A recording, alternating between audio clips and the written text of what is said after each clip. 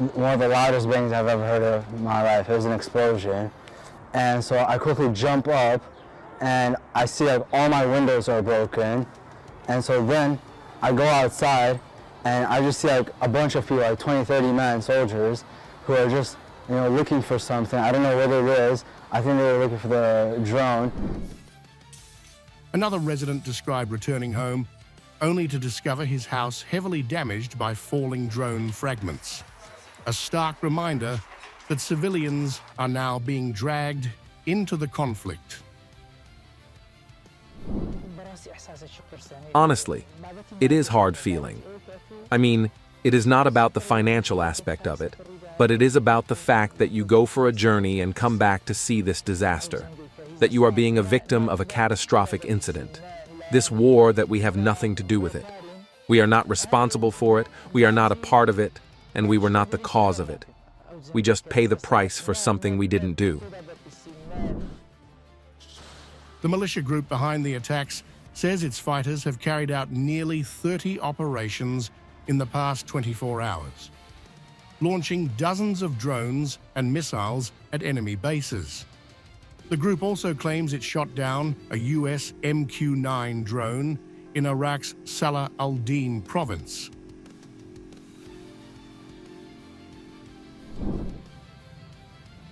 The attacks come after the recent US and Israeli strikes on Iran, triggering a wider regional escalation.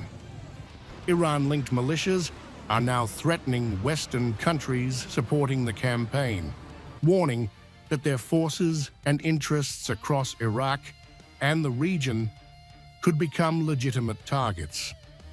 As drone strikes intensify, northern Iraq is rapidly turning into another front line in the expanding Middle East conflict. Europe's nuclear posture has shifted. Emmanuel Macron announced France will increase its nuclear arsenal and allow the temporary deployment of nuclear-armed aircraft to European allies, calling it a response to mounting security threats across the continent. It is with the utmost seriousness that today I am here to announce to the nation a development that meets our national and European challenges. In the face of a new combination of threats, we must consider our deterrent strategy deep across the European continent in full respect of our sovereignty, with the gradual implementation of what I would call an advanced deterrence.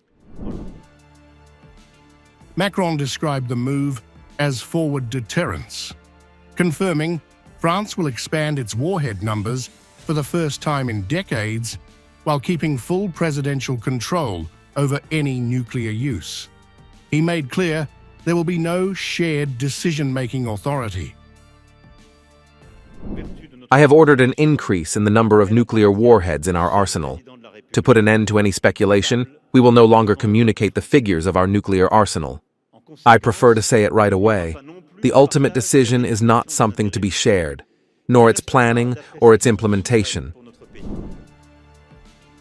The announcement comes as European leaders quietly question the long-term reliability of the American nuclear umbrella under President Donald Trump. Germany, under Chancellor Friedrich Merz, has already signaled deeper cooperation with France on deterrence exercises. Moscow responded swiftly.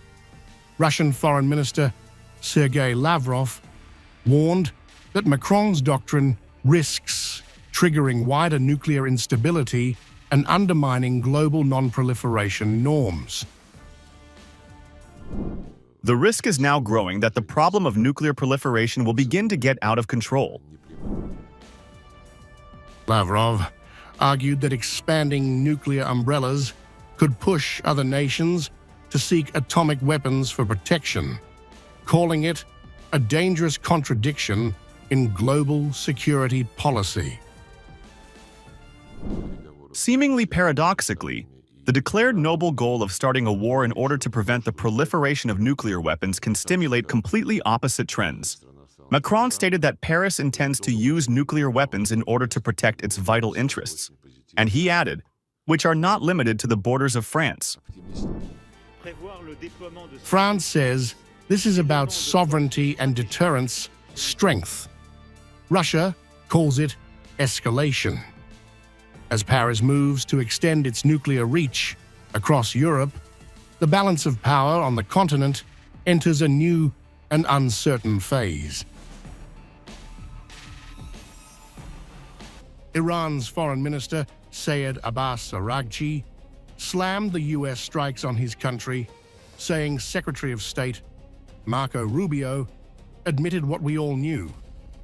He called the conflict a war of choice on behalf of Israel, claiming there was never an Iranian threat, and blaming Israel firsters for the bloodshed of both Americans and Iranians. Mr. Rubio admitted what we all knew. U.S. has entered a war of choice on behalf of Israel. There was never any so-called Iranian threat. Shedding of both American and Iranian blood is thus on Israel firsters.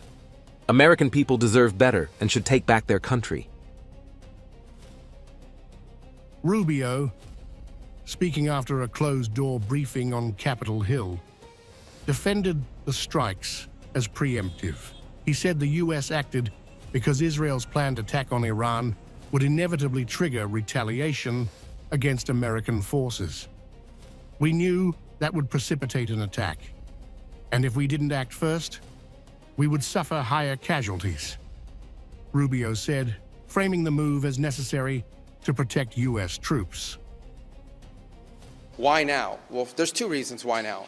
The first is it was abundantly clear that if Iran came under attack by anyone, the United States or Israel or anyone, they were going to respond against the United States. The orders had been delegated down to the field commanders. It was automatic. If we stood and waited for that attack to come first before we hit them, we would suffer much higher casualties.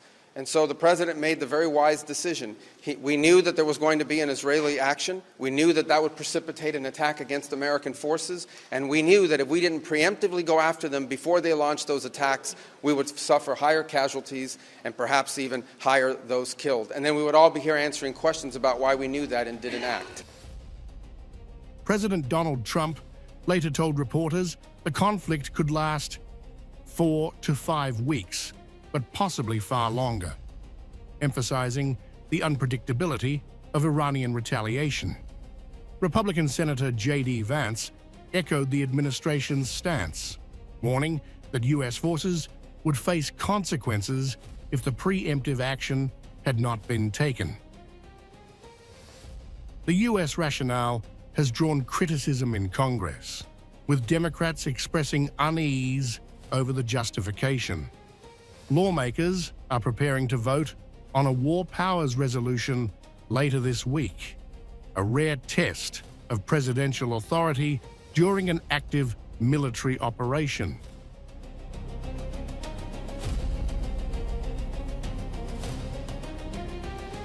The Iranian military has issued a high-priority dispatch, Statement Number 7, claiming a significant blow to Western aerial surveillance. According to Tehran, 7 advanced unmanned platforms were neutralized in a single wave of air defense operations. The list includes the US MQ-9 Reaper and Israel's Heron and Hermes drones, hardware that forms the backbone of the coalition's regional intelligence net. This wasn't a localized skirmish. Interceptions were reported across the heart of Iran, from the industrial hubs of Tabriz and Isfahan to the strategic coastal defenses of Bushehr. By targeting drones over the capital, Tehran, and the logistics center of Khorramabad, the Iranian Air Defense Force is signaling that its Iron Shield remains operational, despite days of heavy bombardment under Operation Epic Fury.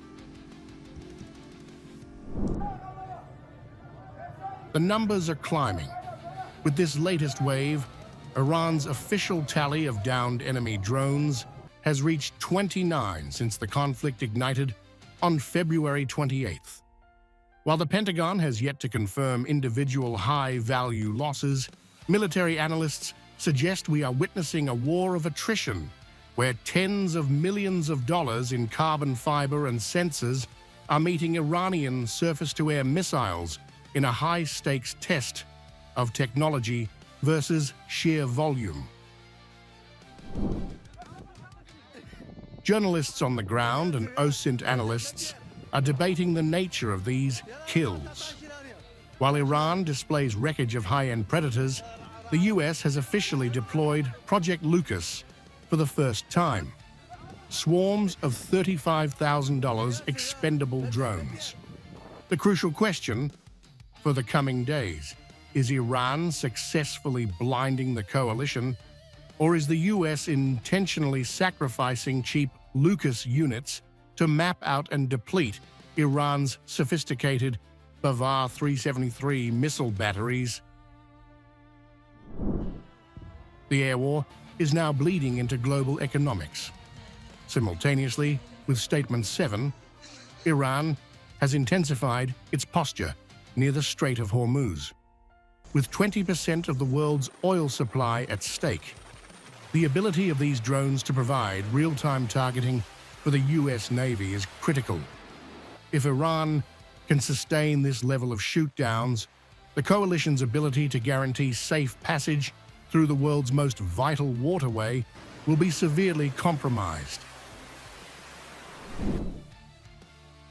As Operation Epic Fury enters its second week, the narrative is shifting from a laser-focused strike to a grinding endurance match.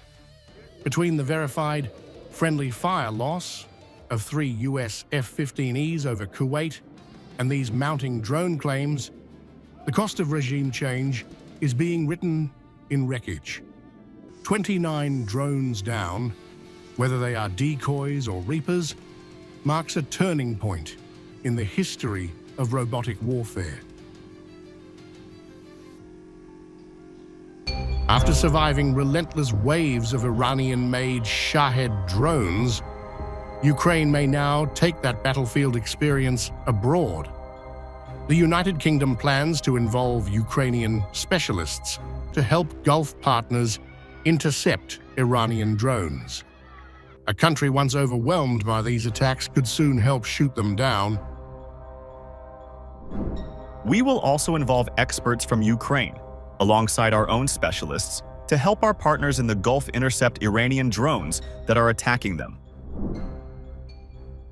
The escalation is no longer confined to Eastern Europe.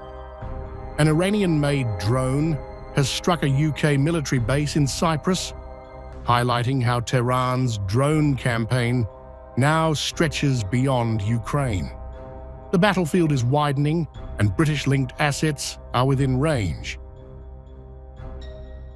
Hours before London confirmed cooperation, Kyiv made its position clear. After facing thousands of Shahed-type drone attacks, Ukraine says its counter-drone experience is now indispensable. President Volodymyr Zelensky offered to share that hard-earned expertise with nations under threat. The situation in the Middle East shows how difficult it is to provide 100% protection against missiles and shade drones. Even in the Gulf countries, which have more advanced air defense systems than those provided to us so far by our partners, and in greater numbers, not all ballistic missiles are intercepted, in many respects, irreplaceable. We are ready to share this experience and help those nations that helped Ukraine this winter and throughout this war. Ukrainian forces have developed layered air defenses, electronic warfare systems, and drone interceptors tested under real combat conditions. More than 10 domestic companies now produce counter-drone technologies. Britain appears ready to integrate that frontline knowledge into Gulf defense efforts. This marks a strategic turning point. Iran's drones, once deployed against Ukraine via Russia, are now threatening Western-linked interests in the Middle East. Kyiv's transformation from target to counter-drone partner signals a new phase in global drone warfare.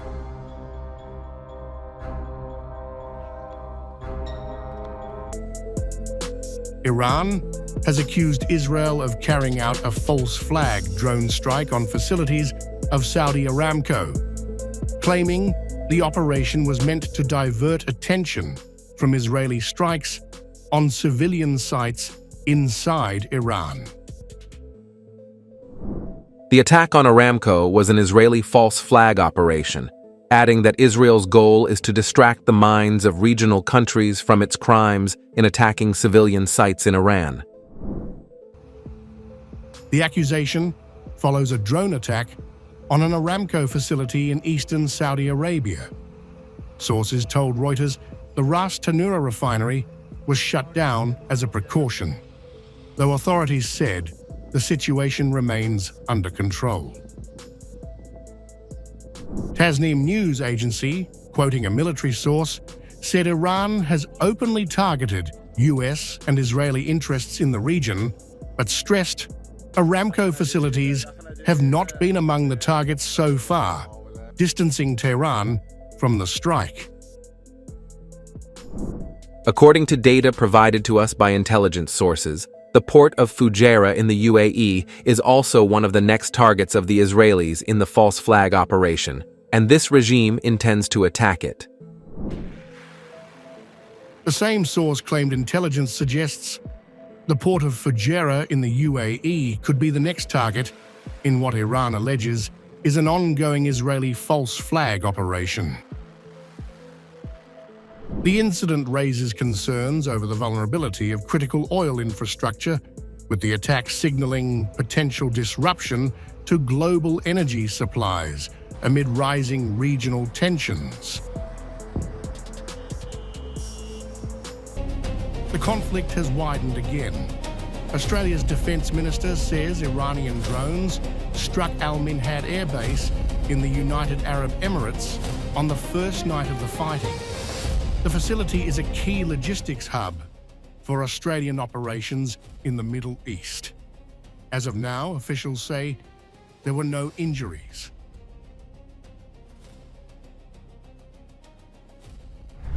On the first night, there was a strike at the Al Minhad Air Base, but all the Australians who are there are safe and accounted for. There were no injuries to Australians, and we've got more than 100 personnel actually across the Middle East. Most of them are in the UAE, where we've had an operational headquarters at Al Minhad for many, many years now, but they are all safe and accounted for. Canberra says more than 100 personnel are deployed across the region, most based in the UAE. Authorities are reviewing contingency plans as airspace restrictions continue to complicate evacuation options for the estimated 115,000 Australians across the Middle East. We're working through contingencies, but I really don't want to speculate on them because it clearly is a function of what plays out, and you know that is very uncertain. But you know we have all the scenarios in mind, and we are preparing as best we can for them. But I'd also make the point: there's 115,000 Australians across the region. That the most significant limitation on being able to do anything is the restriction of airspace.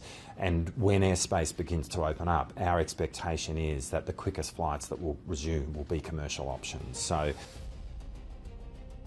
the US Embassy in Riyadh has been struck by 2 drones, igniting a limited fire and causing minor structural damage inside the diplomatic compound. Saudi officials say emergency teams responded quickly and no casualties were reported. The attack marks a serious escalation as the regional conflict widens. Official spokesperson of the Ministry of Defense, Major General Turki Al-Maliki, announced that the United States Embassy in Riyadh was targeted by 2 drones, according to initial assessments, resulting in a limited fire and minor material damage to the building. The strike comes amid expanding Iranian retaliation following US and Israeli air raids that killed Iran's supreme leader, Ali Khamenei. In recent days, American diplomatic missions in Kuwait and Jordan have also faced threats, while protests erupted near the US embassy in Baghdad. What began as targeted military action is now rippling across the Gulf. Air raid sirens have sounded in Bahrain, Israeli forces have struck Beirut, and Hezbollah claims drone launches toward Israeli bases. Critical oil infrastructure, including Saudi facilities, remains on high alert. Washington has urged Americans to leave large parts of the Middle East, warning of serious security risks as the confrontation deepens. President Donald Trump has vowed retaliation after the embassy strike and the deaths of 6 US service members. Pressed on what that response would look like, he delivered a blunt warning. Trump has indicated operations could last several weeks and suggested ground options are no longer off the table. You'll soon find out. An attack on a US embassy is viewed as a direct strike on American sovereign territory, raising the stakes dramatically.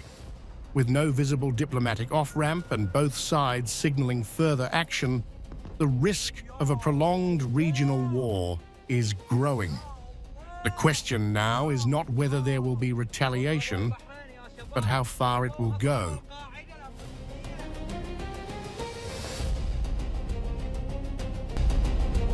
The US Embassy in Riyadh has been struck by 2 drones, igniting a limited fire and causing minor structural damage inside the diplomatic compound. Saudi officials say emergency teams responded quickly and no casualties were reported. The attack marks a serious escalation as the regional conflict widens. Official spokesperson of the Ministry of Defense, Major General Turki Al-Maliki, announced that the United States Embassy in Riyadh was targeted by 2 drones, according to initial assessments, resulting in a limited fire and minor material damage to the building. The strike comes amid expanding Iranian retaliation following US and Israeli air raids that killed Iran's supreme leader, Ali Khamenei. In recent days, American diplomatic missions in Kuwait and Jordan have also faced threats, while protests erupted near the US embassy in Baghdad. What began as targeted military action is now rippling across the Gulf. Air raid sirens have sounded in Bahrain, Israeli forces have struck Beirut, and Hezbollah claims drone launches toward Israeli bases.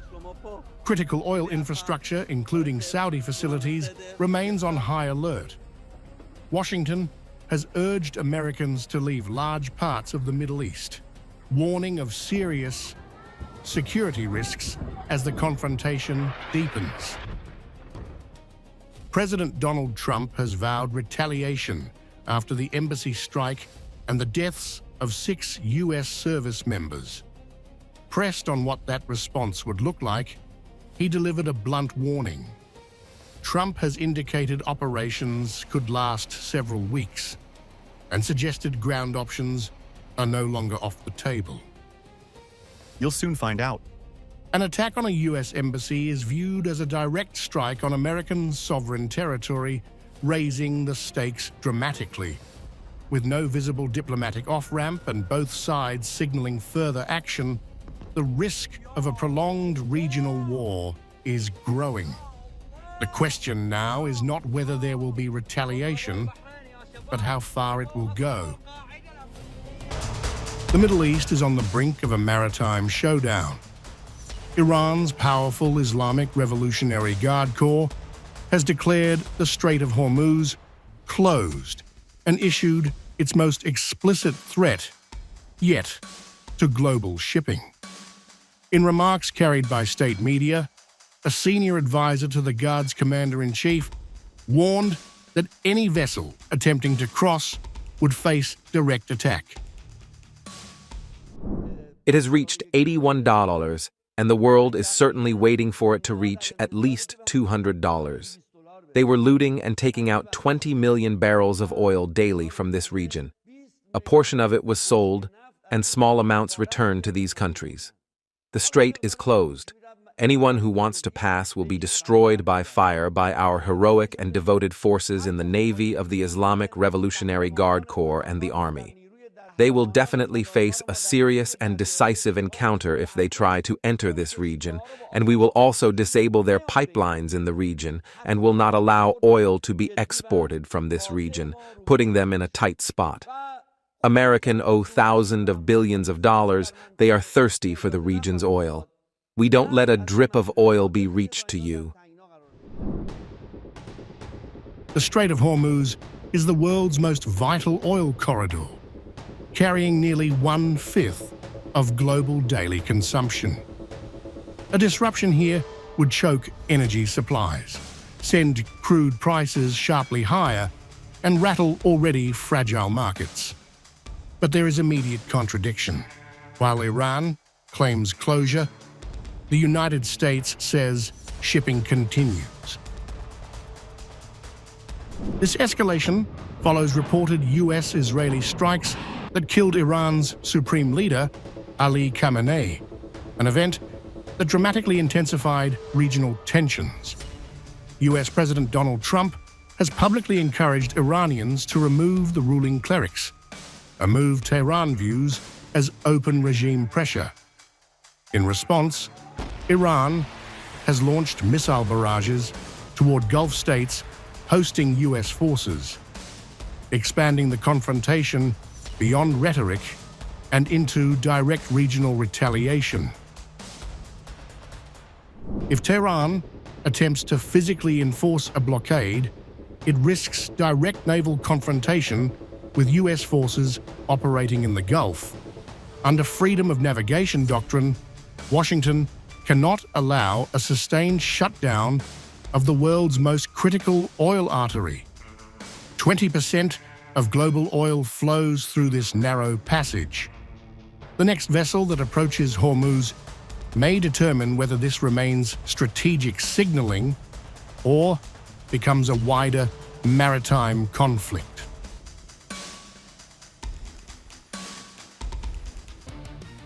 Russia has issued a chilling warning over the escalating US war against Iran.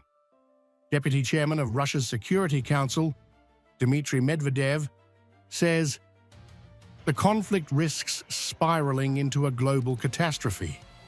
In a sharp attack on US President Donald Trump, Medvedev warned that Washington's actions could push the world towards a third world war if the current course continues. Formally, no. But if Trump continues his insane course of criminal regime change, it will undoubtedly begin. And any event could be the trigger. Anything. Medvedev also framed the confrontation as a wider geopolitical struggle, accusing the United States and its allies of waging a war to preserve their global dominance. The former Russian president also warned that Washington's decision to strike Iran could ignite anger across the Shia world and push Tehran toward nuclear weapons development. This is a war between the US and its allies to maintain global dominance. The pigs don't want to leave the trough. Trump made a grave mistake. With his decision, he put all Americans at risk, even though the Iranian regime is unpopular in neighboring Arab countries. The main point is that the late Ayatollah was a spiritual father to nearly 300 million Shiites. And now, he's a martyr. You can imagine the rest for yourself. And now, there's no doubt that Iran will redouble its efforts to develop nuclear weapons. Medvedev then issued his most dramatic warning yet about the consequences of a nuclear confrontation between major powers. There are no magic cures for the actions of complete idiots and complete bastards, and there never will be. There's only one guarantee. The US fears Russia and knows the price of a nuclear conflict. If it breaks out, Hiroshima and Nagasaki will be like child's play in a sandbox. Despite the warnings from Moscow, President Donald Trump has defended the ongoing military campaign against Iran, saying the United States is determined to eliminate what he calls the threats posed by Tehran. And I said that from the beginning. They're never going to have a nuclear weapon. They were on the road to getting one legitimately through a deal that was signed foolishly by our country. And finally, we're ensuring that the Iranian regime cannot continue to arm, fund, and direct terrorist armies outside of their borders. And we thought we had a deal, but then they backed out. And they came back, and we thought we had a deal, and they backed out. I said, you can't deal with these people. You got to do it the right way. Medvedev's warning comes as the war between the United States and Iran continues to intensify across the Middle East. While Washington insists the campaign is aimed at crippling Iran's military capabilities and preventing it from acquiring nuclear weapons, Moscow is warning that further escalation could push the conflict far beyond the region. With both sides hardening their positions, fears are now growing that the crisis could spiral into a wider global confrontation. Iran's Foreign Minister Sayed Abbas Araghchi held urgent calls with China's Wang Yi and Russia's Sergei Lavrov as Tehran responds to what it calls a US-Israel war launched amid ongoing negotiations. The outreach signals rising fears of a broader geopolitical escalation.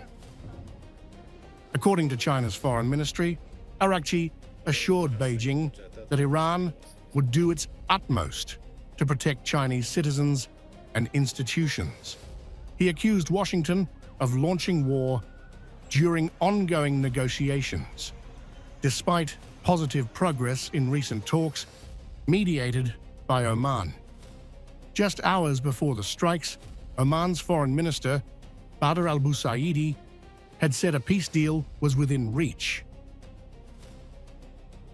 China values the traditional friendship between China and Iran and supports Iran in safeguarding its sovereignty, security, territorial integrity, and national dignity, and in upholding its legitimate and lawful rights and interests. Wang Yi reaffirmed China's support for Iran's sovereignty and called on the US and Israel to immediately halt military operations. Beijing's stakes are significant. Over 80% of Iran's oil exports go to China, with both nations tied by a 25-year strategic pact and cooperation through BRICS Plus and the Shanghai Cooperation Organization. In his call with Russia, Araghchi alleged that a missile strike on a school in Minab killed at least 51 schoolgirls, calling it a crime against international peace. He urged urgent UN Security Council action while reiterating Iran's right to defend itself.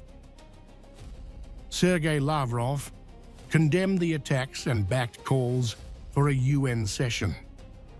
With Iran launching retaliatory strikes and tensions spilling across the Gulf, the conflict now risks expanding into a wider regional and potentially global crisis. Day 3 of the war, and a troubling question is emerging in Washington. Is the United States burning through its most expensive missiles faster than it can replace them? US forces have intercepted hundreds of Iranian ballistic missiles and drones targeting American bases and allies across the Middle East. The US military is relying on advanced air defense systems like Patriot, THAAD and ship-based interceptors to stop those attacks. But every interception uses costly high-tech missiles, and experts warn that a prolonged conflict could begin to strain American interceptor stockpiles. I think it is, I'll grant the administration this, it is way too early, 48 hours in, for cost estimates. Clearly, when you combine the efforts of the amount of munitions that we have spent over the last year attacking the Houthis, the amount of munitions that's been spent on other ventures, I think the 7 different military conflicts the President has put America into, our munitions are low. That's public knowledge. It will require additional funding. Funding where we have other domestic needs as well.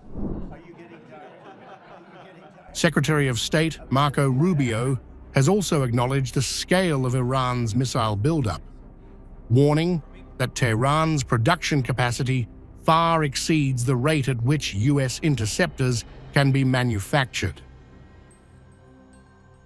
They are producing, by some estimates, over 100 of these missiles a month. Compare that to the 6 or 7 interceptors that can be built a month. Analysts estimate Iran may have entered the war with roughly 2,500 ballistic missiles, meaning the battle is becoming a race between Iran launching missiles and the US, and Israel destroying launchers and storage sites before they can be fired. At the same time, the United States is also expending offensive weapons. US Navy destroyers have launched Tomahawk cruise missiles against Iranian targets, weapons that are also considered critical for any future conflict with China. For now, US officials say defenses are holding and the operation is progressing. But if the war drags on, the fight may test not just military power, but also how long America's missile arsenal can sustain the battle. The war in West Asia has crossed a dangerous threshold with a drone strike hitting the British airbase at RAF Akrotiri and damage reported at a French naval facility in Abu Dhabi. 2 NATO powers have now felt the conflict's reach as Iran expands missile and drone attacks across the region. Well, we don't know the full details of this particular drone incident on Cyprus or the timings of it either, so I don't want to speculate specifically on that one. What I would say is we're already seeing our partners in the Gulf and locations where we have large numbers of British citizens and holidaymakers, tourists who are in the region, and they are facing now. Over the weekend, they've seen Iranians, we've seen hundreds of ballistic missiles and thousands of drones fired from Iran on those countries, and that's why this is significant. Britain has strengthened its military posture in the Gulf, placing assets on high readiness as strikes widen beyond military targets. London agreed to a limited US request to use British bases for defensive operations aimed at intercepting missiles threatening Gulf partners and British nationals. The concern now, of course, is that this regime is lashing out.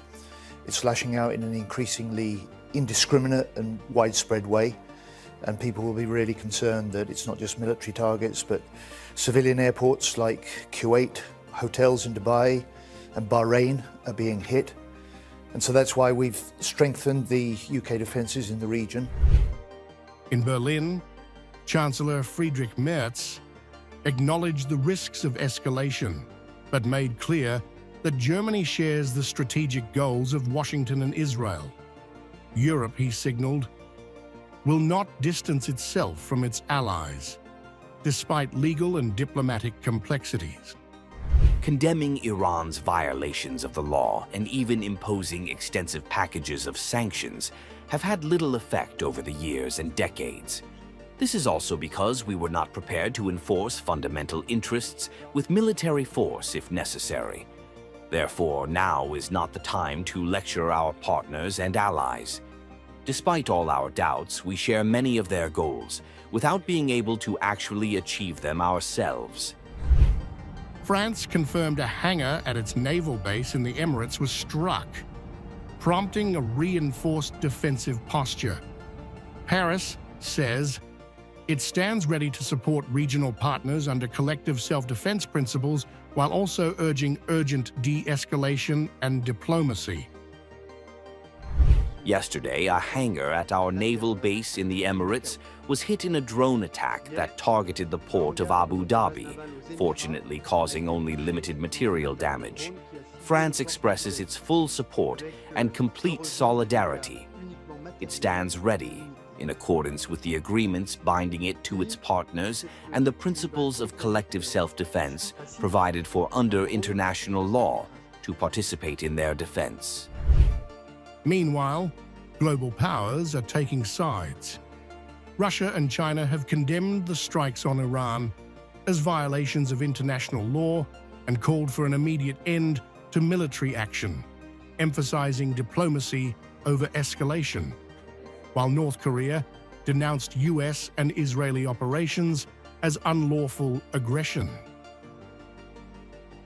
The alignment is hardening. The US, UK, France, and Germany coordinate defensive measures as Iran receives diplomatic backing from Russia, China, and North Korea. Article 5 has not been invoked, but West Asia is now testing the limits of alliance solidarity, and the next strike could redefine this conflict overnight. China strongly condemned the US-Israel strikes that killed Iran's supreme leader, Ali Khamenei, calling them a serious violation of sovereignty and urging an immediate halt to military operations to prevent further regional escalation. On China's reaction to military strikes launched by US and Israel on Iran, Mandarin. The attack and assassination of Iran's supreme leader was a serious violation of Iran's sovereignty and security, and a trampling of the purposes and principles of the UN Charter and the basic norms of international relations. China firmly opposes and strongly condemns this action. We urge an immediate cessation of military operations, avoid further escalation of tensions, and jointly safeguard peace and stability in the Middle East and the world. Foreign Ministry spokesperson Mao Ning highlighted risks to Gulf states and global stability, rejecting claims linking China to supplying Iran with CM-302 missiles and urging all parties to reduce tensions through diplomacy.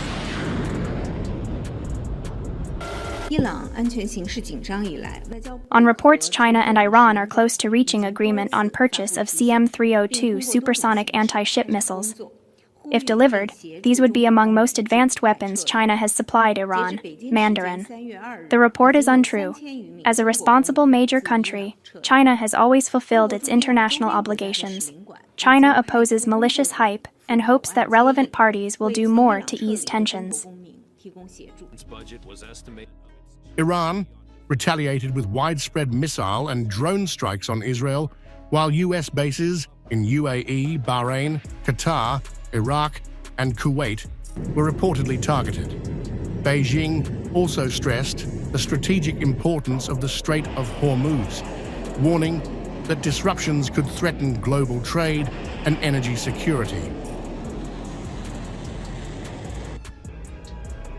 Over 555 fatalities and 131 affected Iranian cities have been reported. China evacuated more than 3,000 citizens, condemned the death of a Chinese national, and provided consular assistance, reflecting both humanitarian concerns and geopolitical stakes. As US-Israel strikes reshape the Middle East battlefield, a dramatic warning from Washington. is raising fears of wider escalation. Senior Republican Senator Lindsey Graham has named the next country he believes could fall under President Donald Trump's foreign policy doctrine. President Trump finished the job that President Reagan failed to do. I am a big admirer of Ronald Reagan, but I'm here to tell you that Donald Trump, in my opinion, is the gold standard for Republicans, maybe any president, when it comes to foreign policy. Framing Trump as a results-driven leader, Graham pointed to the capture of Venezuela's Nicolas Maduro as proof that action, not debate, defines this administration. Then came the four words now echoing across geopolitical circles. Maduro, everybody talked about him? Well, Donald Trump's got him in jail. Cuba's next. That declaration sent shockwaves through the Caribbean. Cuba, just 90 miles from Florida, was not merely mentioned. It was marked as the next regime Graham believes will collapse. They're gonna fall. This communist dictatorship in Cuba, their days are numbered. Graham linked that warning directly to the unfolding crisis in Iran, arguing that Tehran's leadership has already been dismantled. His language signaled not containment, but what critics call sequential confrontation. The Iranian regime, the mothership of international terrorism, is about to collapse. The captain of the ship, the Ayatollah, is stone-cold dead.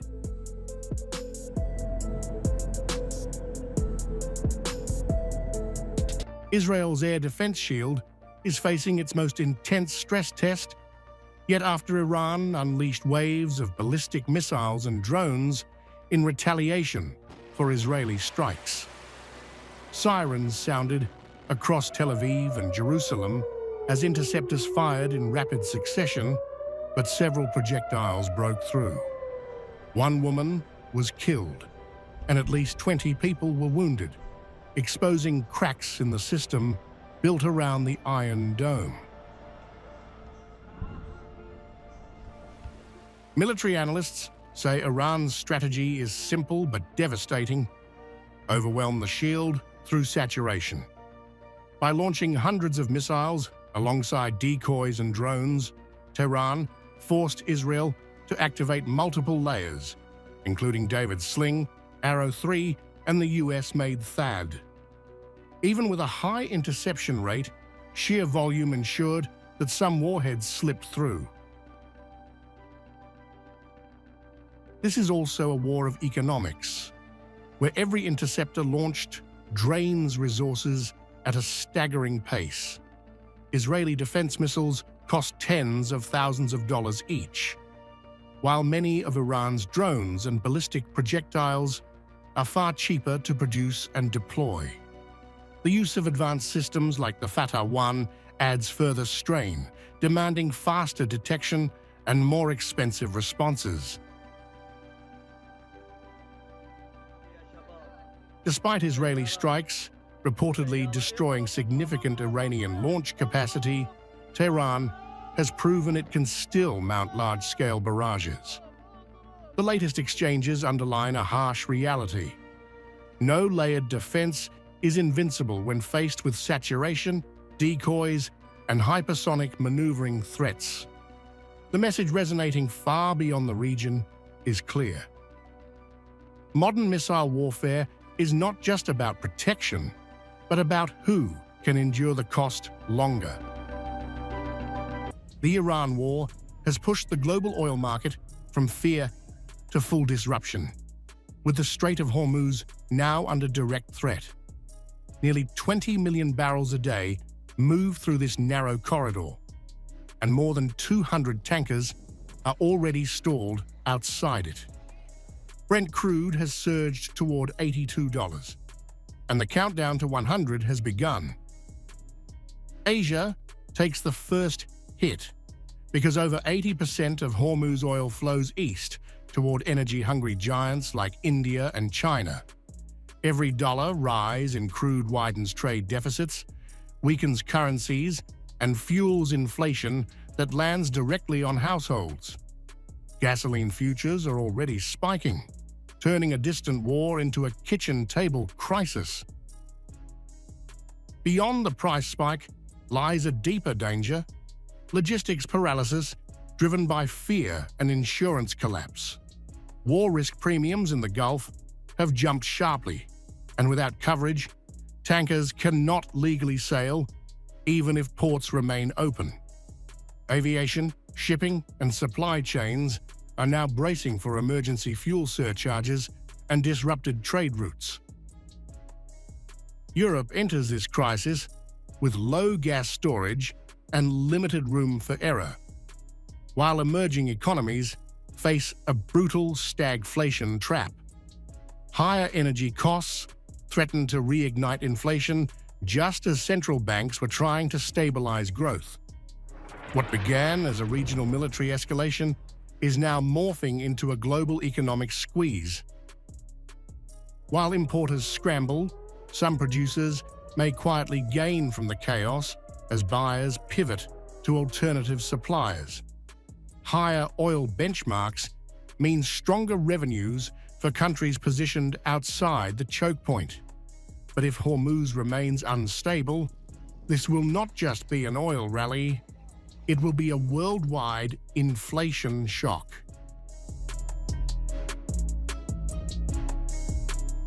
Russian President Vladimir Putin held a phone call with UAE President Mohammed bin Zayed, discussing the escalating Middle East crisis following the assassination of Iran's supreme leader, Ayatollah Ali Khamenei. Both leaders stressed the need to cease hostilities and return to diplomacy, with Putin offering to relay UAE concerns to Tehran and praising Emirati efforts to protect Russian nationals and tourists amid the crisis. Shortly after, Iran launched a massive retaliatory attack on the UAE. Radar systems detected 541 drones, with 506 destroyed and 35 landing inside the country.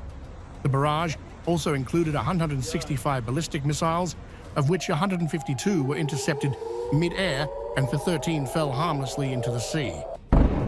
2 cruise missiles were also completely neutralized. Despite the strong defense, UAE officials reported that the strikes caused damage and endangered civilians, emphasizing that the country had no role in hostilities against Iran, making the attacks unjustified and alarming. Authorities highlighted the effectiveness of UAE's air defense systems, describing the near-total interception of drones and missiles as a clear demonstration of preparedness against regional threats. The assault shows a dangerous broadening of Middle East conflict, where even neutral states like the UAE are being drawn into the escalation triggered by the US-Israel strike on Iran. While the UAE successfully thwarted most attacks, the scale of the offensive underlines the fragile security situation and the urgent need for diplomacy to prevent further regional chaos. Israel has activated its laser-based Iron Beam for the first time in combat, intercepting rockets from Hezbollah amid an expanding regional war. The move comes as missile barrages from Iran and Lebanon test Israel's air defenses beyond routine skirmishes. Officials call it historic, but the timing raises questions. For years, Israel relied on the Iron Dome to shield its cities, backed by higher-tier systems designed for larger threats. But saturation attacks and cheaper drones have exposed the cost imbalance, where expensive interceptors face low-cost projectiles. Iron Beam promises near-zero cost per shot, changing the economics of defense under pressure.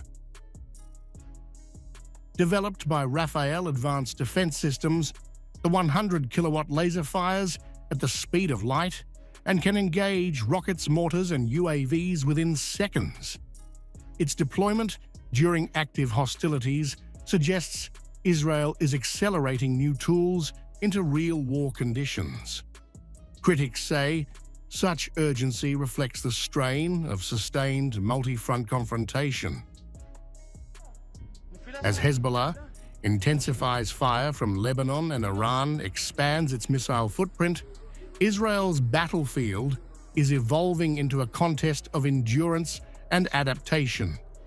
Iron Beam may represent technological advancement, but it also signals that traditional defenses are being tested like never before.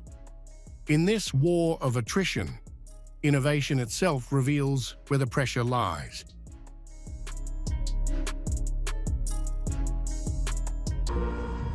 A fierce information war is unfolding alongside military escalation. After Iran claimed it struck the USS Abraham Lincoln with 4 cruise missiles, forcing it to retreat. The assertion, broadcast on state television, signaled a dramatic attempt to project strength against one of America's most powerful naval assets. Iranian military spokesperson Ibrahim Zolfagari said the strikes were part of a wider campaign targeting U.S. infrastructure across the Gulf. He claimed bases in Kuwait were completely out of action, while a naval facility in Bahrain suffered severe drone damage, indicating a coordinated regional offensive. The USS Abraham Lincoln aircraft carrier of the U.S. military was attacked with 4 cruise missiles. After the attack, the U.S. aircraft carrier fled its mission location to the Southeast Indian Ocean. The U.S. naval base at Al Salem in Kuwait was completely out of action following the recent attacks, and 3 U.S. naval infrastructure facilities at Mohammed Al Ahmad in Kuwait were also destroyed. The U.S. naval base at Salman Port in Bahrain was hit by 4 drones, causing severe damage to its command and support centers. The statement expanded further, alleging missile strikes on U.S. and British oil tankers in the Strait of Hormuz, with vessels reportedly set ablaze. Iran also claimed repeated attacks on U.S. bases across Gulf countries and Iraq's Kurdistan region, alongside a staggering figure of 560 American casualties. The United States swiftly rejected the claims. The U.S. Central Command said the aircraft carrier was not hit and remains fully operational, adding that Iranian missiles didn't even come close. However, it confirmed limited casualties, with 3 personnel killed and 5 injured.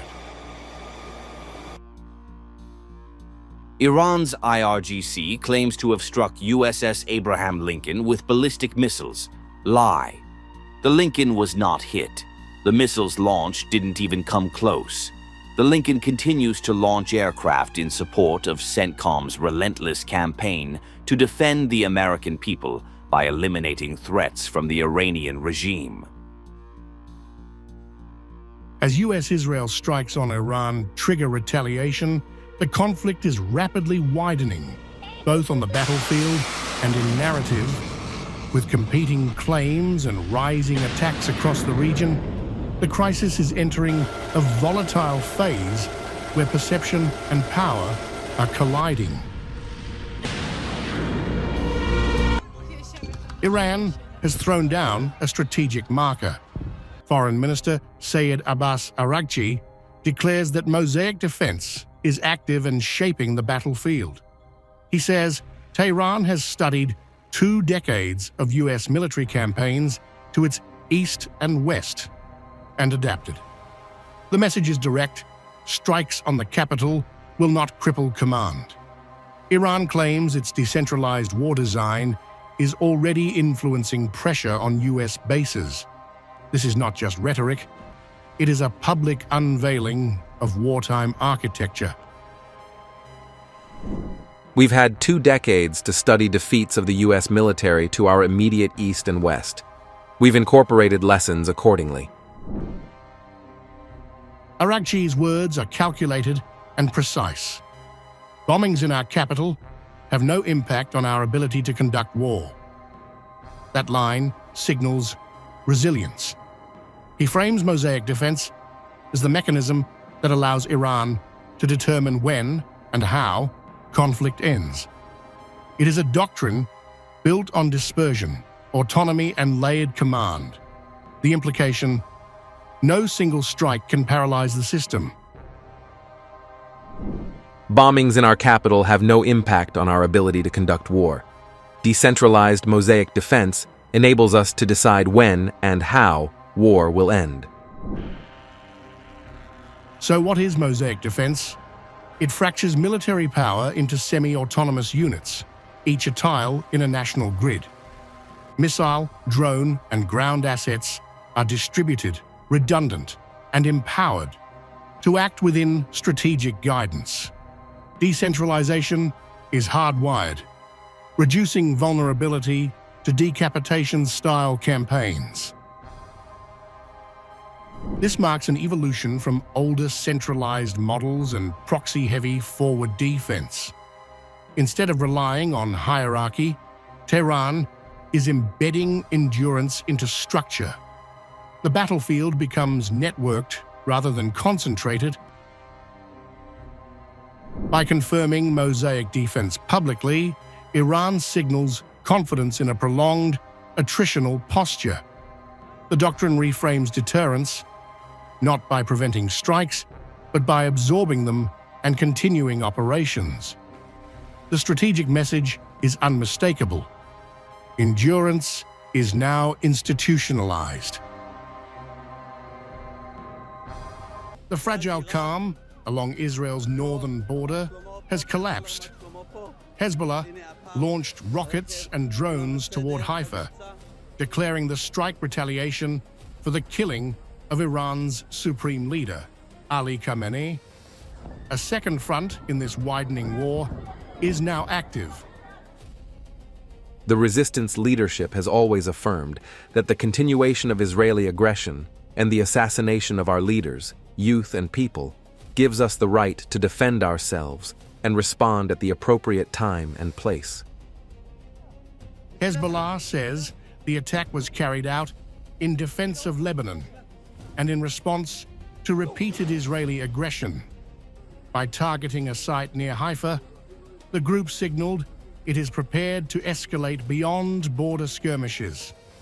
The message is clear: Khamenei's killing will not go unanswered.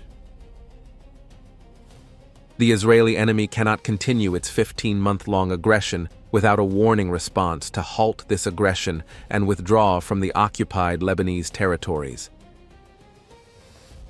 The exchange formally widens a conflict already engulfing Iran and drawing in the United States.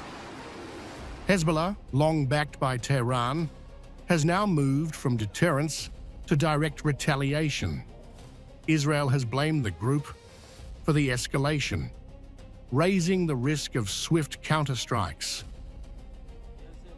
Yet Hezbollah enters this confrontation weakened after heavy losses in the 2024 war. Whether it can sustain prolonged strikes remains uncertain.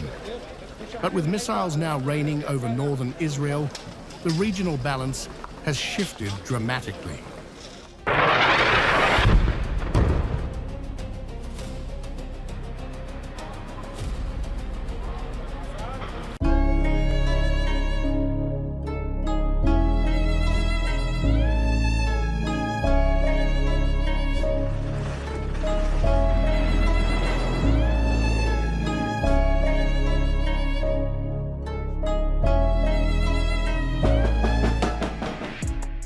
A Shahed-type drone has struck inside the UK's RAF Akrotiri Air Base in Cyprus, causing what Cypriot authorities describe as minor material damage.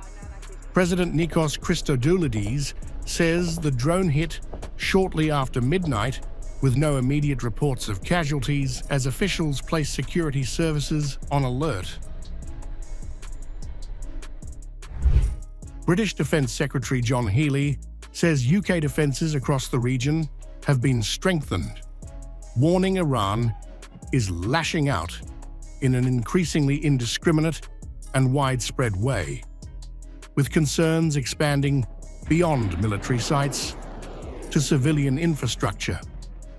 The concern now, of course, is that this regime is lashing out. It's lashing out in an increasingly indiscriminate and widespread way. And people will be really concerned that it's not just military targets, but civilian airports like Kuwait, hotels in Dubai and Bahrain are being hit. And so that's why we've strengthened the UK defences in the region. Iran's retaliation has edged dangerously close to British forces, with 2 missiles fired in the direction of Cyprus, home to key UK military bases, including RAF Akrotiri. While officials say the missiles were not believed to be directly targeted at British facilities, their proximity has triggered alarm in London.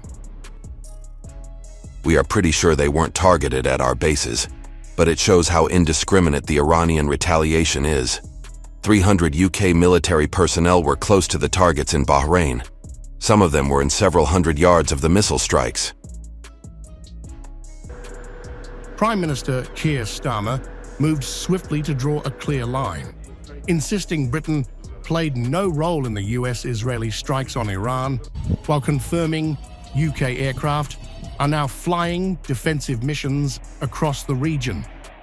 London says its priority is protection, not escalation, even as tensions spiral.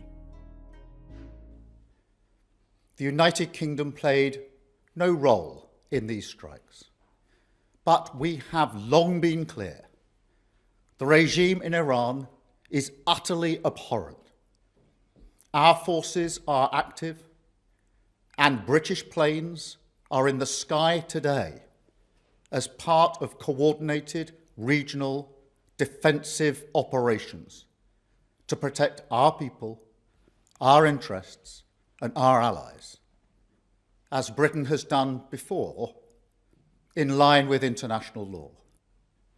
We've stepped up protections for British bases and personnel to their highest level.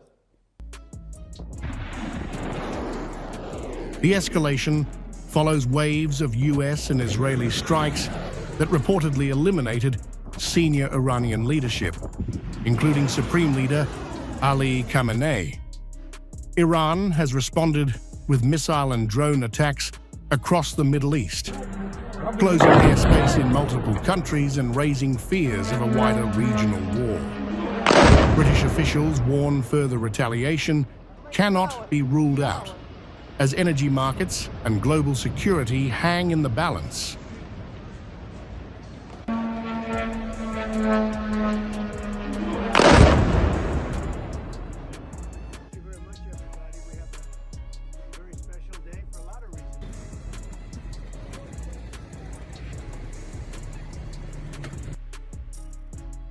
Iran just stated that they are going to hit very hard today, harder than they have ever hit before.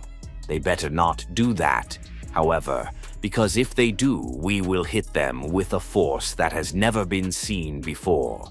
Thank you for your attention to this matter. President Donald J. Trump.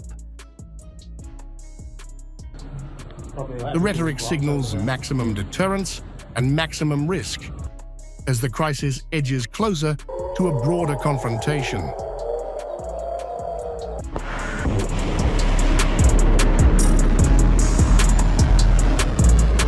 China strongly condemned the US-Israel strikes that killed Iran's supreme leader, Ali Khamenei, calling them a serious violation of sovereignty and urging an immediate halt to military operations to prevent further regional escalation. On China's reaction to military strikes launched by US and Israel on Iran, Mandarin. The attack and assassination of Iran's supreme leader was a serious violation of Iran's sovereignty and security, and a trampling of the purposes and principles of the UN Charter and the basic norms of international relations. China firmly opposes and strongly condemns this action. We urge an immediate cessation of military operations, avoid further escalation of tensions, and jointly safeguard peace and stability in the Middle East and the world. Foreign Ministry spokesperson Mao Ning highlighted risks to Gulf states and global stability, rejecting claims linking China to supplying Iran with CM-302 missiles and urging all parties to reduce tensions through diplomacy.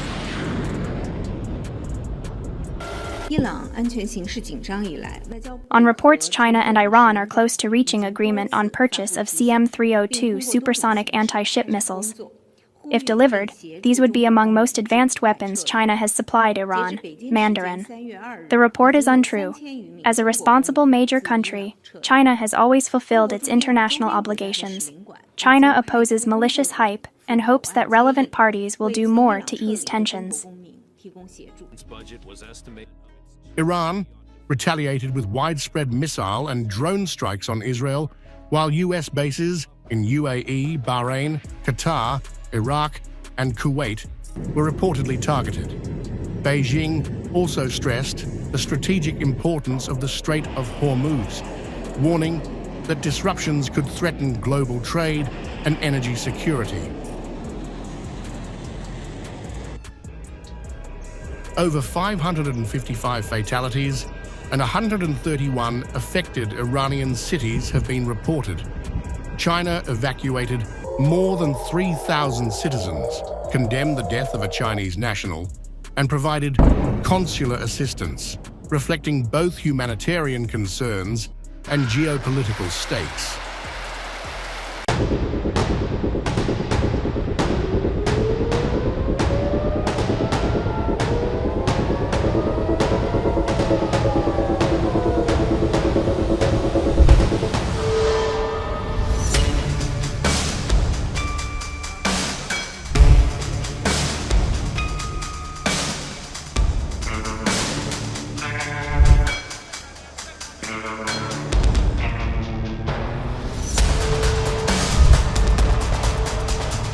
Iran's retaliation is expanding across the Middle East. Iran-backed militias in Iraq have launched drone and rocket attacks targeting US bases in Erbil, sending projectiles streaking across the skies near the airport. Explosions were reported as air defense systems near the American base fired interceptors. The attacks come just hours after the United States and Israel launched massive strikes across Iran that reportedly killed Iran's supreme leader, Ayatollah Ali Khamenei. In the name of God, the most gracious, the most merciful, the 10th wave of Operation True Promise. 4 began with the illumination of Khyber missiles, opening massive gates of fire toward the occupied territories.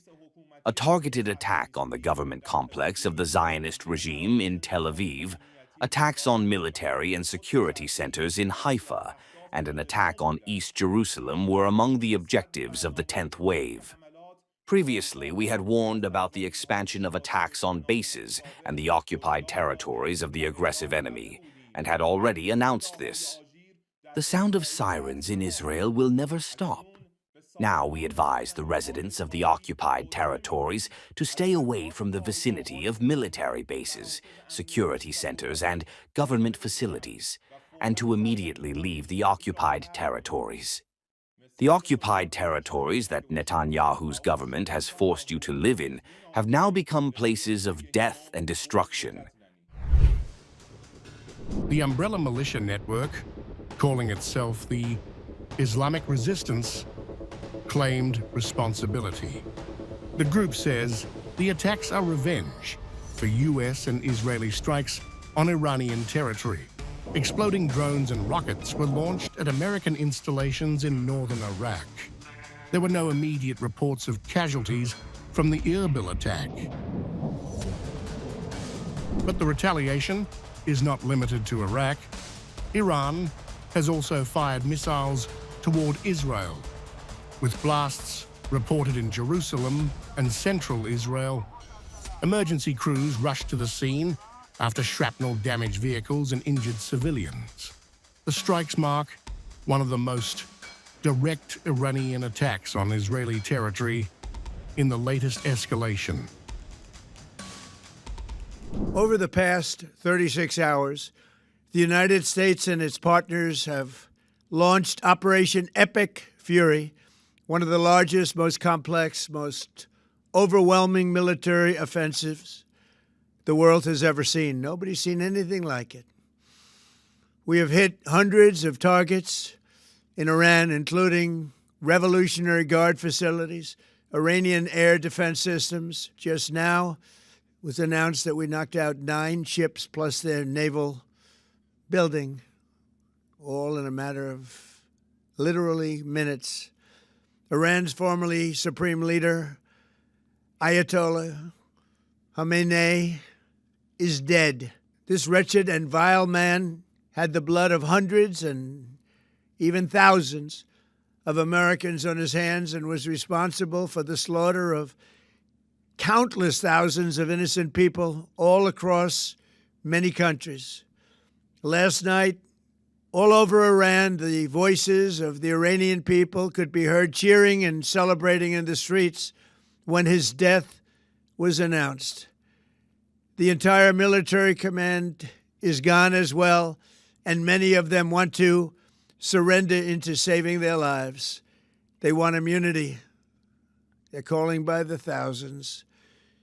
Combat operations continue at this time in full force, and they will continue until all of our objectives are achieved. We have very strong objectives.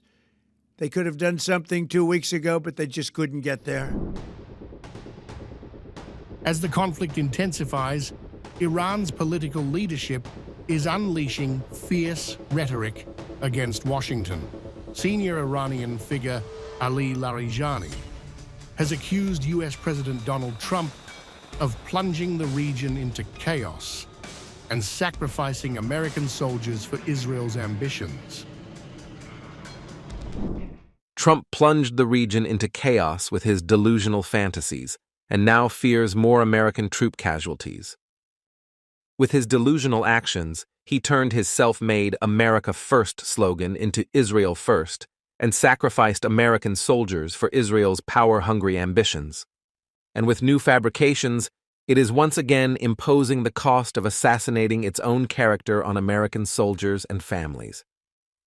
Today, the Iranian nation is defending itself. The armed forces of Iran did not initiate the aggression. We will not negotiate with the United States. Meanwhile, Washington says the war is already claiming lives. The U.S. military has confirmed the deaths of 3 American service members during the escalating conflict. Iran has vowed revenge and launched missile attacks toward Israel and U.S. positions in the region, with rockets, drones, and missiles now flying across multiple fronts. The Middle East is sliding closer to a wider regional war.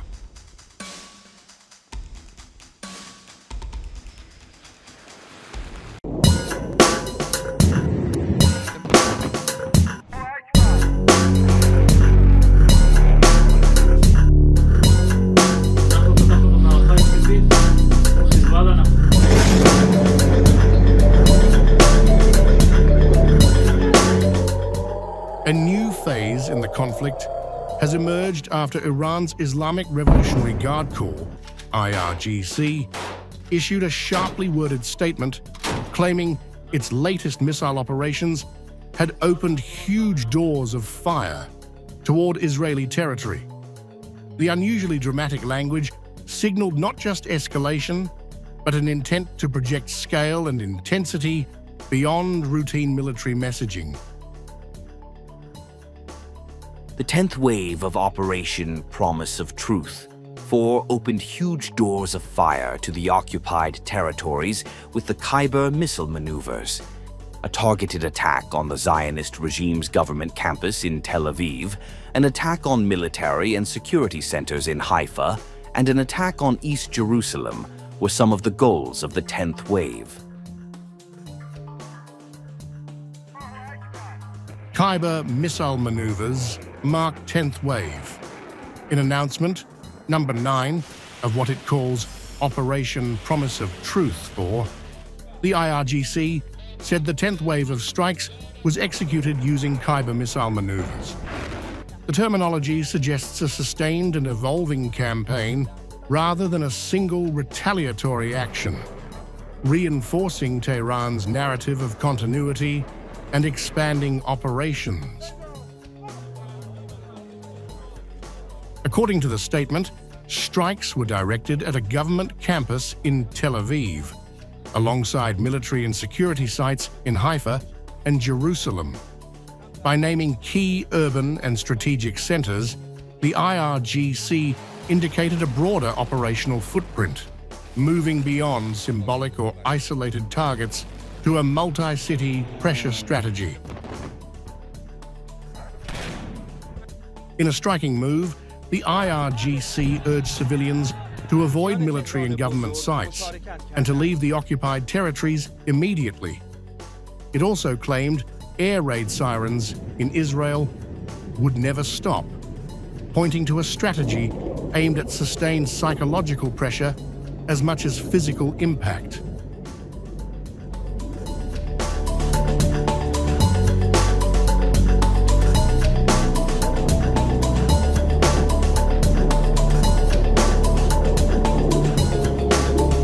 Iran claims a dramatic escalation under Operation True Promise 4.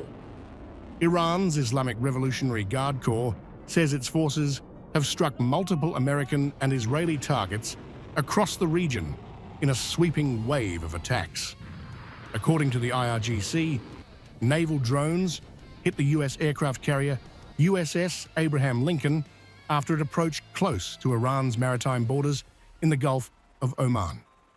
Tehran further claims the carrier strike group retreated rapidly from the area following the strike. The claims mark one of the most explosive developments in the widening regional confrontation, though independent confirmation of the attack has not yet emerged. In the name of Allah, the most gracious, the most merciful. In the past few days, the Islamic Republic of Iran's armed forces have carried out numerous operations. The Islamic Republic of Iran's air and naval forces have targeted the Ramad David Air Base and the Muran radar site in the occupied territory. In addition, the location of the American terrorists in the Odairi camp in Kuwait was not the target of the Iranian Navy's attack air bases. Iran also claims its newly deployed air defense system successfully targeted a U.S. F-15E Strike Eagle fighter jet. According to the IRGC statement, the American strike aircraft crashed near Iran's southwestern borders after being intercepted by Iranian defenses. The F-15E is one of the United States' most advanced two-seat strike fighters, widely used in precision combat operations. Tehran's claim, if confirmed, would represent a significant moment in the escalating military confrontation between Iran and U.S. forces operating in the region. The aircraft carrier of Abraham Lincoln, which was close to the Iranian waters at a distance of 340 kilometers from the Iranian waters, was targeted by the Islamic Revolutionary Guard's Air Force. It left the area along with its aircraft carriers and is now more than 1,000 kilometers away from the area. In addition to their own operations, the operations of the armed forces continue. Tehran says the aerial battle did not end there. Iranian forces claim they also shot down a highly advanced Israeli Hermes 900 drone over the skies of Khorramabad. The drone, valued at roughly $30 million, is among Israel's most sophisticated long-range surveillance and strike platforms. Iran says the aircraft was intercepted by its air defense network, adding another layer to the sweeping claims emerging from Operation True Promise 4.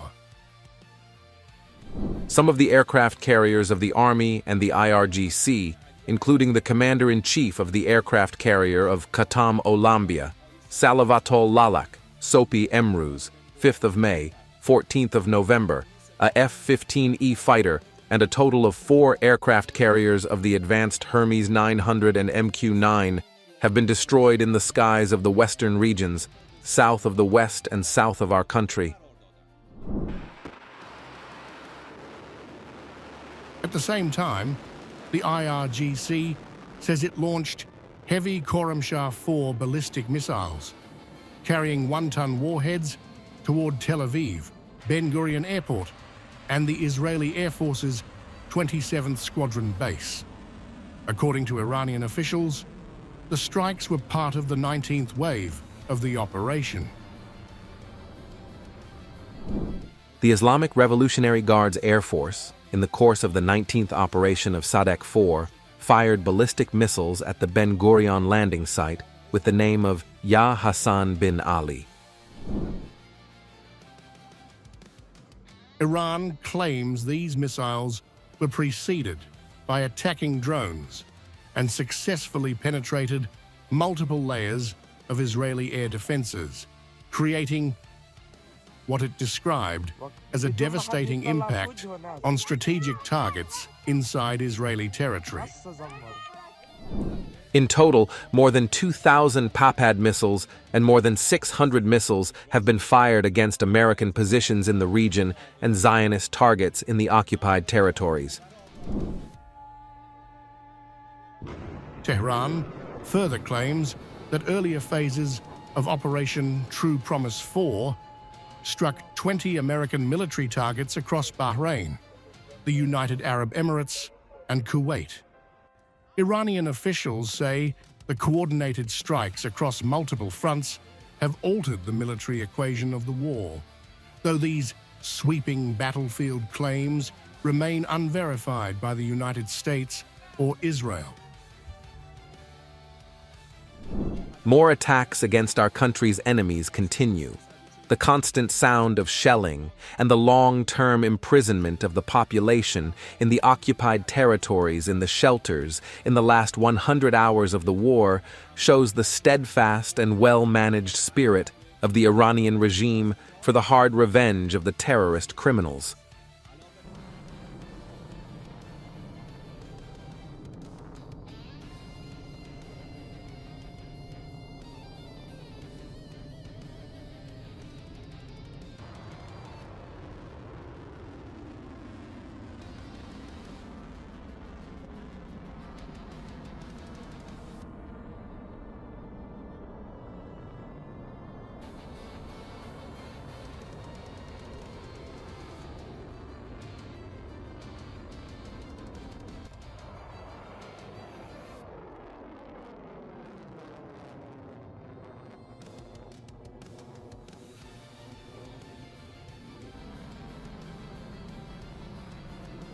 The diplomatic confrontation between Iran and the United States has intensified amid the widening Middle East conflict. Iran's Foreign Minister Abbas Araghchi has accused US President Donald Trump of betraying diplomacy and abandoning nuclear negotiations in favor of military escalation alongside Israel.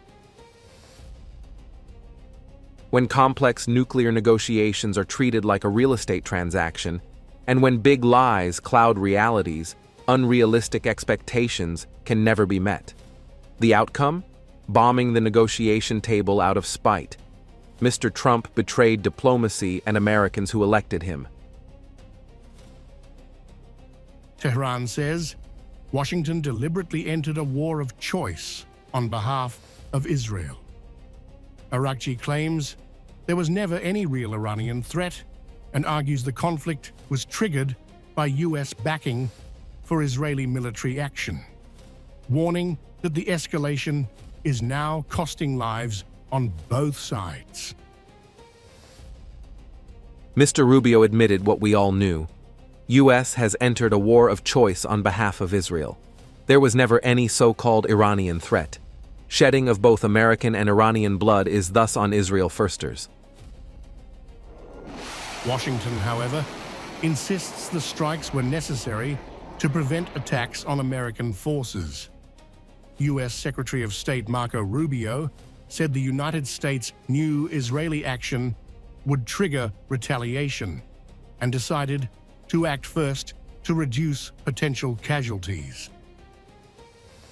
Obviously, we were aware of Israeli intentions and understood what that would mean for us, and we had to be prepared to act as a result of it. But this had to happen no matter what. We knew that that would precipitate an attack against American forces, and we knew that if we didn't preemptively go after them before they launched those attacks, we would suffer higher casualties. President Donald Trump has defended the military action, warning that Iran's leadership could have used nuclear weapons if they had the capability. Trump argued the strikes were necessary to prevent a larger catastrophe and stop what he described as a dangerous regime. If we didn't hit within 2 weeks, they would have had a nuclear weapon. If we didn't do the B-2 attack a number of months ago, they would have a nuclear weapon. And when crazy people have nuclear weapons, bad things happen.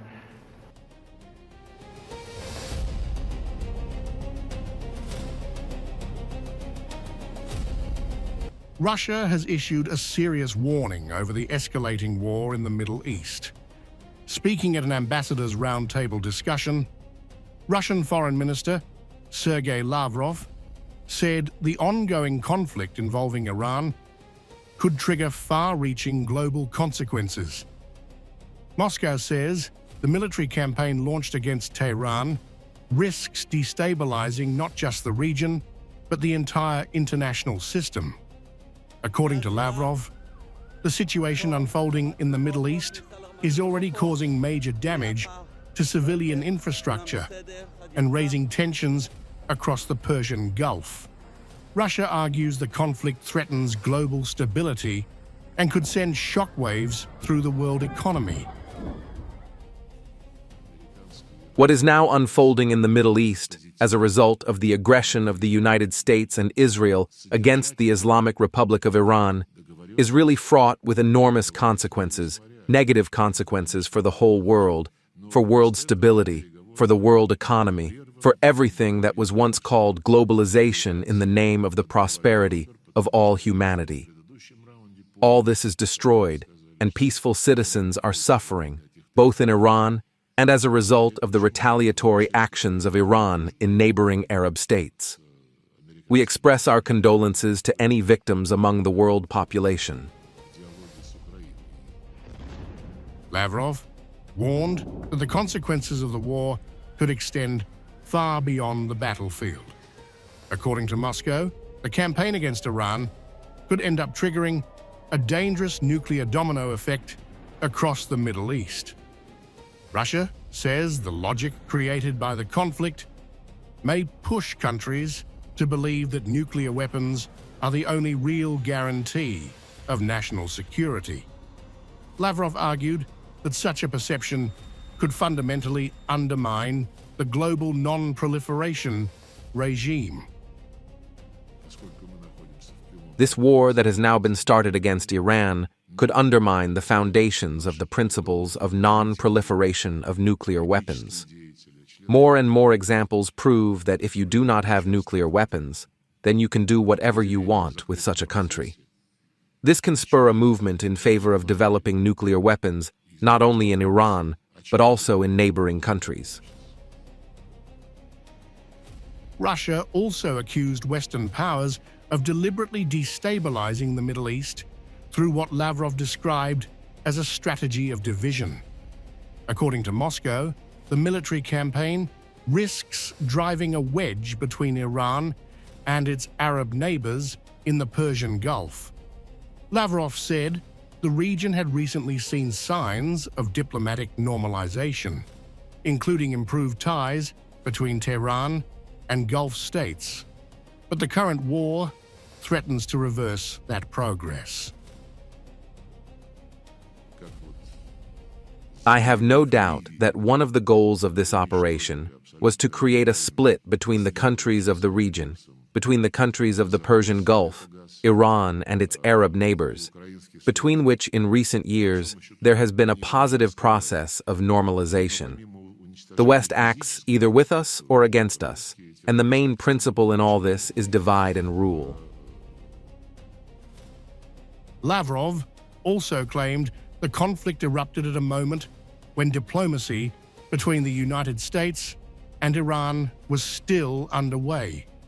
According to the Russian foreign minister, negotiations had produced encouraging signals, and there were realistic prospects for progress before the escalation occurred. Moscow says the outbreak of hostilities effectively derailed those diplomatic efforts. Last Friday, the parties left Geneva making very positive and optimistic comments. I spoke with the foreign minister of Oman, who was acting as a mediator in these negotiations, and he confirmed that the American and Iranian delegations parted on a positive note, and that the substantive agreement was very, very realistic. Of course, it was necessary to continue, but instead the negotiations were interrupted. The Russian foreign minister also rejected calls from some Gulf countries to condemn Iran alone for missile strikes in the region.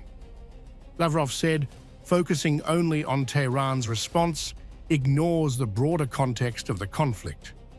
Moscow insists that any diplomatic effort must address actions by all sides involved in the war. Simply saying that Iran has no right to do anything means that you are actually openly encouraging the United States and Israel to continue. We are in favor of stopping the aggression immediately, and we believe that there must be a united position that condemns actions leading to civilian casualties and destruction of civilian infrastructure. Lavrov ended his remarks with a call for diplomacy and an immediate halt to military operations. Russia says the longer the war continues, the greater the risk of wider instability and nuclear proliferation across the Middle East. Moscow is urging the international community to push for a ceasefire and restart negotiations before the crisis spirals further.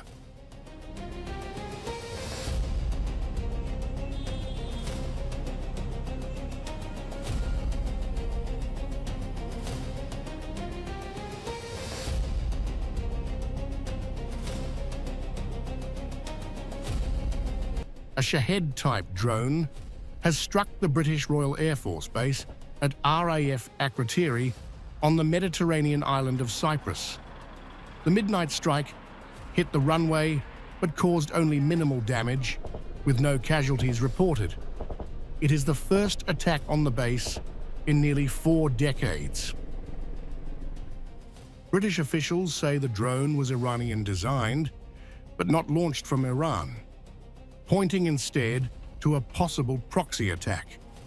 The UK has since reinforced air defences across its regional bases and is deploying additional helicopters and missile systems to strengthen security.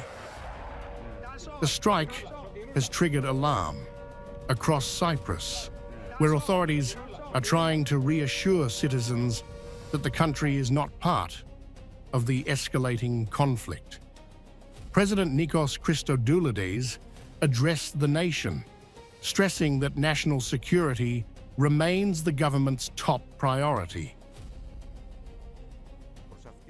Compatriots, I am addressing all of you once again concerning the unprecedented crisis that erupted in our broader region, causing concern and uncertainty. Our primary concern, our highest and non-negotiable priority, is the security of our country and all of you. Despite hosting a key British military installation, Cyprus insists it will not participate in any military operation. The government says the island will continue to focus on humanitarian efforts while remaining in close coordination with its international partners. The incident comes as tensions between the United States, Israel, and Iran continue to escalate across the region. British Prime Minister Keir Starmer has already signalled support for Washington, including allowing the use of British bases for defensive operations against Iranian missile threats.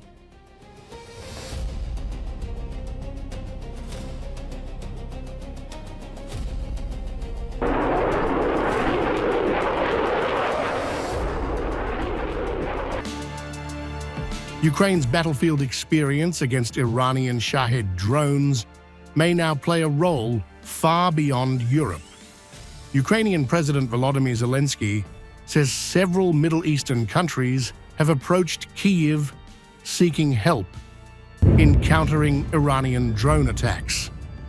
According to Zelensky, nations in the region facing waves of Shahed strikes want Ukraine's operational expertise, developed after years of defending its cities and infrastructure from Russia's drone assaults.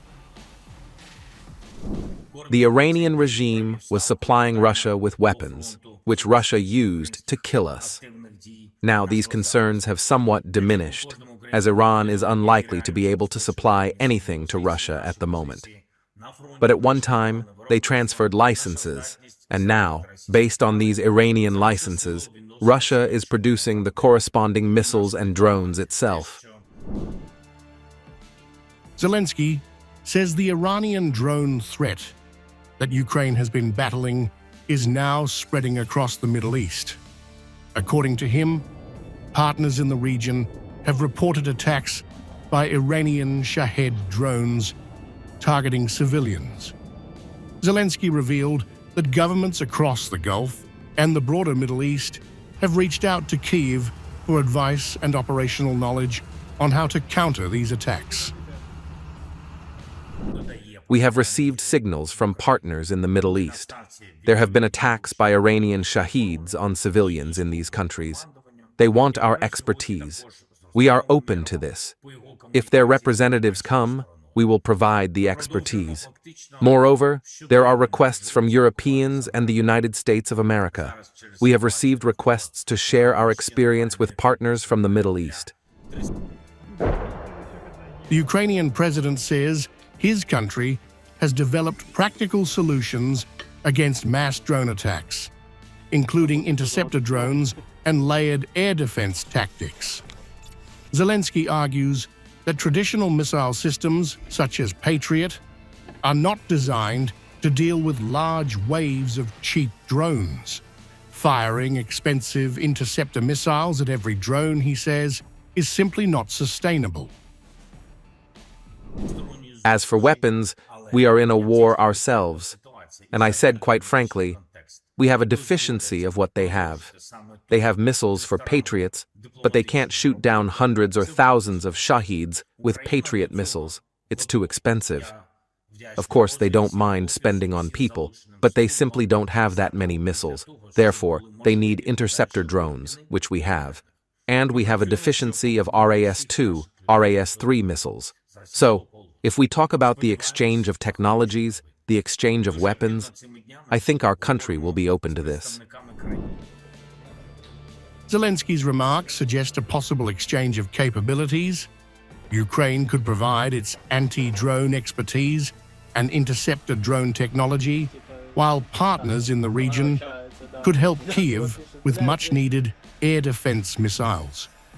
The Ukrainian president says Kyiv is particularly short of interceptor missiles used in the Patriot air defense system. Zelensky also suggested that Russia could be indirectly helping Iran in the ongoing regional conflict. According to him, components of Russian origin may already be appearing in Iranian drones used in Middle Eastern attacks, while Moscow could potentially supply air defense systems to Tehran. For Kyiv, the message is clear. The drone war that once defined Russia's attacks on Ukraine is now becoming a central feature of the wider Middle East conflict.